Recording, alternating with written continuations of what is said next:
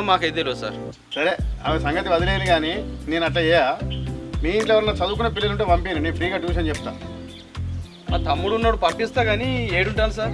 ఇంకా బడుకోడు మల్లారెడ్డి ఉన్నాడు కదా, వాళ్ళ ఇంట్లో ఉంటాను.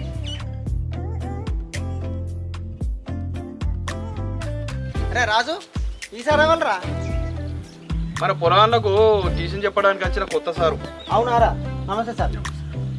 జరంతా మా పొలాలకు భయం చెప్పి మంచిగా చదువు చెప్పురు సార్. సరే, నేను వచ్చింది అలాంటి వాళ్ళకు బుద్ధి జ్ఞానం చెప్పడానికి. మీ పిల్లలు రాగానే పంపించండి. సరే సార్. ఒరే, మనం ఏదో టీచర్ని అనుభవించామని మనం ట్యూషన్ పోతే మన వాళ్ళు ఎందుకు నిజంగా ట్యూషన్ పంపిస్తుర్రు? అదేనా నాకు కూడా అర్థమవుతుంది. కొద్ది రోజులు పోదాం, ఆ తర్వాత మనమే ఎక్కకూడదాం. అంతే, ఇప్పుడైతే పోదాం. మరి